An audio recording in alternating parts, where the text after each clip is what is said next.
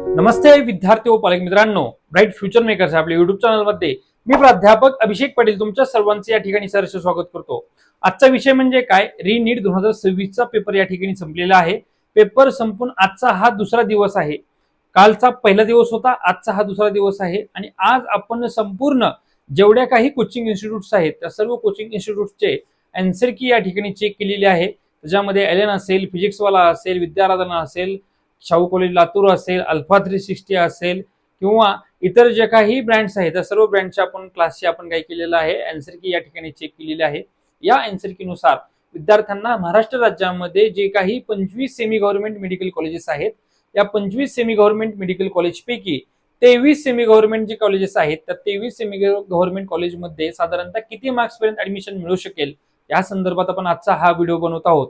चॅनलला जर नवीन असाल तर अशाच माहितीपूर्ण गोष्टीसाठी ब्राईट फ्युचर मेकर्स आपल्या युट्यूब चॅनलला तुम्ही सर्व विद्यार्थ्यांनी या ठिकाणी सबस्क्राईब करायचं आहे, जेणेकरून तुम्हाला लेटेस्ट अपडेटेड आणि जेवढी काही जेन्युइन माहिती आहे ती माहिती तुम्हाला या ठिकाणी पाहता येईल।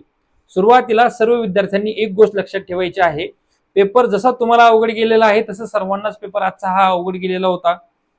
या पेपरची जी काही लेवल होती ती 2025च्या पेपरच्या लेवल इतकीच राहिलेली होती। आणि तिसरी सगळ्यात महत्त्वाची गोष्ट तुम्हाला या ठिकाणी सांगायची आहे, तुमचं जे ऍडमिशन होणार आहे ते तुमचं ऍडमिशन हे तुमच्या मार्क्सवर न होता हे ऍडमिशन होणार आहे ते म्हणजे एसएमएल रँकवर होणार आहे। स्टेट मेरिट लिस्ट रँक असेल किंवा ऑल इंडिया रँक असेल, त्यामुळे विद्यार्थ्यांनी खचून जायचं नाहीये।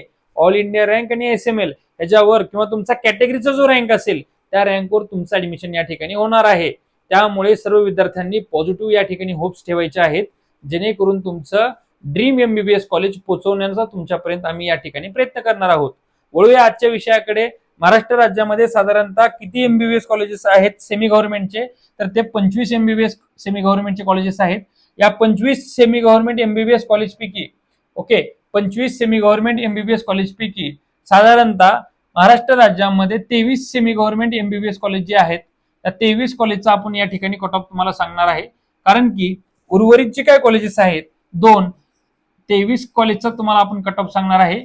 जे 2 कॉलेजेस आहेत त्याच्यामध्ये वेदांता पालघर आणि जालन्याचं जे काय मायनॉरिटी कॉलेज आहे ते 2 कॉलेज येतं, त्याचा कट ऑफ या कट ऑफ पेक्षा कंपॅरेटिव्हली थोडा कमी असतो, त्यामुळे आपण हे कॉलेजेस यामध्ये ठेवलेले नाहीयेत।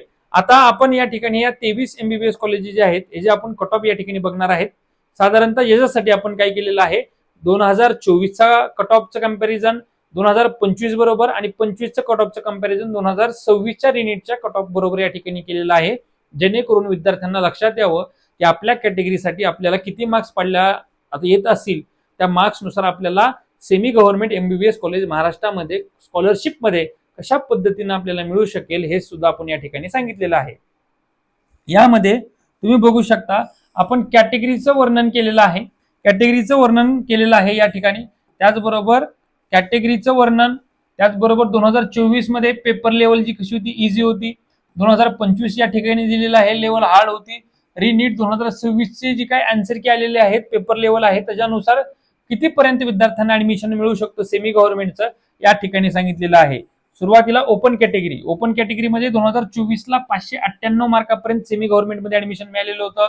2025 मध्ये 474 मार्कापर्यंत सेमी गव्हर्नमेंटमध्ये ऍडमिशन मिळालेलं होतं आणि रीनीट 2026 मध्ये 510 मार्क्स पर्यंत विद्यार्थ्यांना या ठिकाणी ऍडमिशन मिळण्याचे चान्सेस आहेत। ज्या विद्यार्थ्यांना 510 मार्क्स पडत असतील अशा विद्यार्थ्यांना गॅरंटीड या ठिकाणी ऍडमिशन मिळण्याचे चान्सेस आहेत। आता एससी असेल, एससी म्हणजे 531 मार्क्स ज्या विद्यार्थ्यांना 2024 मध्ये होते, 2025 मध्ये 417 ज्या विद्यार्थ्यांना मार्क्स होते आणि रीनीट मध्ये ज्या विद्यार्थ्यांना 429 एससी कॅटेगरीतील विद्यार्थ्यांना मार्क्स येत असतील अशा विद्यार्थ्यांना महाराष्ट्र राज्यामध्ये एससी कोट्यातून एमबीबीएस ला ऍडमिशन या ठिकाणी मिळणार आहे। त्याच्यानंतरची पुढची जी कॅटेगरी आहे ती म्हणजे एसटी साठी 399 2024 मध्ये या ठिकाणी ऍडमिशन मिळालेलं होतं। 327 मार्क्स मध्ये 2025 मध्ये ऍडमिशन मिळालेलं होतं। रीनीट 2026 मध्ये 350 जेवढे मार्क्स विद्यार्थ्यांना आहेत 350 मार्क्स आहेत अशा विद्यार्थ्यांना 2026 मध्ये ऍडमिशन या ठिकाणी मिळू शकतं। विजयसाठी ज्यालाच आपण NT1 पण म्हणतो, याच्यासाठी 578 मार्क ज्या विद्यार्थ्यांना होते 459 मार्क 2025 मध्ये ज्या विद्यार्थ्यांना होते आणि 479 मार्क्स ज्या विद्यार्थ्यांना रिनीट मध्ये येत आहेत त्या विजय कॅटेगरीतील विद्यार्थ्यांना या ठिकाणी आता महाराष्ट्र राज्यामध्ये एमबीबीएस ला ऍडमिशन या ठिकाणी मिळू शकतं.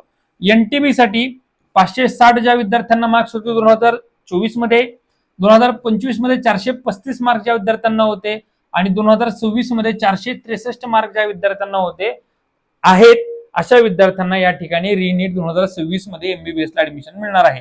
एनटीसी मध्ये 596 2024 मध्ये, 2025 मध्ये 473 आणि 2026 मध्ये 488 मार्क्स ज्या विद्यार्थ्यांना आहेत अशा विद्यार्थ्यांना एमबीबीएस ला महाराष्ट्र राज्यामध्ये ऍडमिशन मिळू शकतं.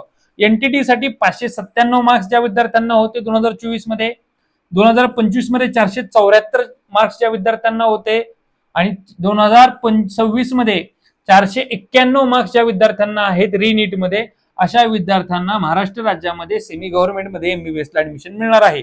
ओबीसी साठी 598 मार्क्स ज्या विद्यार्थ्यांना होते 2024 मध्ये, 2025 मध्ये 474 मार्क्स ज्या विद्यार्थ्यांना 2025 मध्ये होते आणि 2026 मध्ये 495 मार्क्स ज्या विद्यार्थ्यांना होते आहेत अशा विद्यार्थ्यांना ओबीसी मधून महाराष्ट्र राज्यामध्ये या ठिकाणी एमबीबीएस ला ऍडमिशन या ठिकाणी मिळू शकतं सेमी गव्हर्नमेंट मध्ये. एससीबीसी साठी सोशली आणि एज्युकेशनली बॅकवर्ड क्लासेससाठी 595 हे मराठा समाजातील विद्यार्थ्यांची कास्ट कॅटेगरी आहे. ज्यांनी caste certificate validity non criminal काढलं नसेल त्यांनी काढून घ्यावं. 595 मध्ये 2024 मध्ये ऍडमिशन मिळालेलं होतं, 472 मध्ये 2025 मध्ये ऍडमिशन मिळालेलं होतं आणि रिनीट 2026 मध्ये ज्या विद्यार्थ्यांना 490 मार्क्स आहेत अशा एससीबीसी कॅटेगरीतील विद्यार्थ्यांना सुद्धा महाराष्ट्र राज्यामध्ये 23 सेमी गव्हर्नमेंट एमबीबीएस कॉलेजेस आहेत त्यामध्ये ऍडमिशन मिळू शकतं. आता पुढचा महत्वाचा मुद्दा काय, काही ठिकाणी या ठिकाणी 2025 मध्ये तुम्हाला कॅटेगरीचा जो काही कट ऑफ आहे तो थोडा कमी दिसतोय. काय दिसतोय कमी 2025 मध्ये?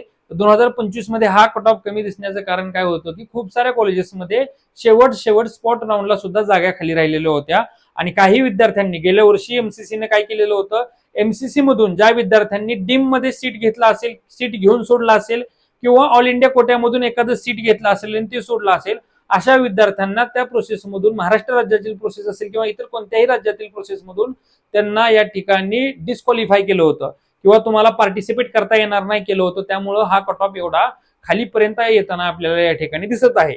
आता ह्याच्यामध्ये रिनीट मध्ये एवढा कट ऑफ 2025 सारखाच पेपर आहे तर कट ऑफ थोडा वाढला, थोडा नॉर्मल वाढण्याचं कारण काय आहे? कारण त्याला 2-3 कारण आहेत. पहिली गोष्ट म्हणजे काय तर विद्यार्थ्यांना 15 मिनिट एक्स्ट्रा मिळाले, हे पहिलं कारण असू शकतं. दुसरं महत्वाचं कारण म्हणजे काय, 2025 मध्ये फिजिक्स हार्ड होता, केमिस्ट्री पण हार्ड होता आणि बायोलॉजी जे होतं ते थोडं काय म्हणतात ते इझी टू मॉडरेट लेवलला राहिलं होतं. पण ह्या वेळेस असं नाहीये, ह्यावेळेस फिजिक्स पण अवघड आहे, केमिस्ट्री पण अवघड आहे आणि बायोलॉजी जी दिलं होतं ती बायोलॉजी यावेळेस जरा थोडं सोपं देण्याचा प्रयत्न केला होता रिनीट 2026 मध्ये. त्यामुळे बायोलॉजी हे थोडं सोपं डायरेक्ट क्वेश्चन आले होते बायोलॉजीचे. त्यामुळे या ठिकाणी हा कट ऑफ 2025 पेक्षा थोडा या ठिकाणी वाढताना दिसतोय, पण 2024 पेक्षा खूप कमी या ठिकाणी कट ऑफ पडताना दिसतोय. आता ह्याच्यामध्ये दुसरं पॉझिटिव्ह होप्स काय आहे, त्या सेमी गव्हर्नमेंट कॉलेजेसमध्ये विद्यार्थ्यांना नंबर लागायचे ह्याच्यापेक्षाही कमी मार्क्स असतील, अगदी 450 जरी विद्यार्थ्यांना काही मार्क्स असतील तरी अशा विद्यार्थ्यांना सुद्धा ऍडमिशन मिळण्याचे चान्सेस जास्त आहेत महाराष्ट्र राज्यामध्ये सेमी गव्हर्नमेंटमध्ये. ते कसं तर महाराष्ट्र राज्यामध्ये ह्या वर्षी 4 नवीन एमबीबीएस कॉलेजेस ऍड होणार आहेत. 4 न्यू एमबीबीएस कॉलेज या ठिकाणी ऍड होणार आहेत आणि इतर काही एमबीबीएस कॉलेजेसमध्ये सीट इन्क्रीज होणार आहे. साधारणतः 200 सीट्स या ठिकाणी इन्क्रीज होऊ शकतात, म्हणजे 200 प्लस. आणि हे 4 एमबीबीएस कॉलेजेसमध्ये जर साधारणतः 400 जरी आपण सीट पकडले तर टोटल 600 सीट्स या ठिकाणी काय होतात, वाढू शकतात. आणि तिसरा महत्वाचा मुद्दा काही आहे की ज्या विद्यार्थ्यांना मार्क्स कमी असून सुद्धा ऍडमिशन मिळू शकेल ह्याचा, तर सुरुवातीला ज्यावेळेस नीटची परीक्षा झाली त्यावेळेस विद्यार्थ्यांची जी संख्या होती ती साधारणतः 22,75,000 विद्यार्थ्यांनी या ठिकाणी ती परीक्षा दिलेली होती. परंतु तो आकडा या ठिकाणी आता काय होतोय, कमी होताना दिसतोय. म्हणजे साधारणतः 2 लाख विद्यार्थी जे आहेत हे विद्यार्थ्यांनी परीक्षा दिलेली नाहीये. म्हणजे एवढे विद्यार्थी परीक्षेपासून त्यांनी काय केलेलं आहे, पाठ वळवलेली आहे. त्यामुळे हे 2 लाख विद्यार्थी कमी झाले. 600 सीट्स महाराष्ट्र राज्यामध्ये ऍड होणार आहेत. 4 नवीन कॉलेजेस ऍड होणार आहेत. हे 4 नवीन कॉलेजेस जे आहेत त्याची मी तुम्हाला माहिती प्रिव्हियस माझ्या व्हिडिओज मध्ये दिलेली आहे. त्याच्यानंतर महाराष्ट्र राज्याची ज्यावेळेस एनटीए कडून ऑफिशियली आपल्याला एन्सर की येईल, एन्सर की वरून आपण काय करणार आहेत, महाराष्ट्र राज्यातील गव्हर्नमेंट एमबीबीएस कॉलेजेसची जी कट ऑफ असणार आहेत ते आपण तुम्हाला काढून या ठिकाणी देणार आहेत. त्यामुळे विद्यार्थ्यांनी कुणी खचून जायचं नाहीये. तुम्हाला जे तुमचं ऍडमिशन मिळणार आहे ते तुमच्या SML रँकवर, स्टेट मेरिट लिस्ट रँक आणि ऑल इंडिया रँकवर मिळणार आहे. मार्क्स कमी असतील तर घाबरून जाऊ नका. कॅटेगरीचा रँक जर तुमचा कमी आला ऍडमिशन मिळू शकतं. ऑल इंडिया रँक तुमचा कमी आला मार्क ऍडमिशन मिळू शकतं. SML रँक कमी आला तरी तुम्हाला ऍडमिशन मिळू शकतं. त्यामुळे विद्यार्थ्यांनी खचून न जाता जोमाने या ठिकाणी आता काय करायचं आहे, पुढच्या काउन्सिलिंग प्रोसेससाठी जायचं आहे.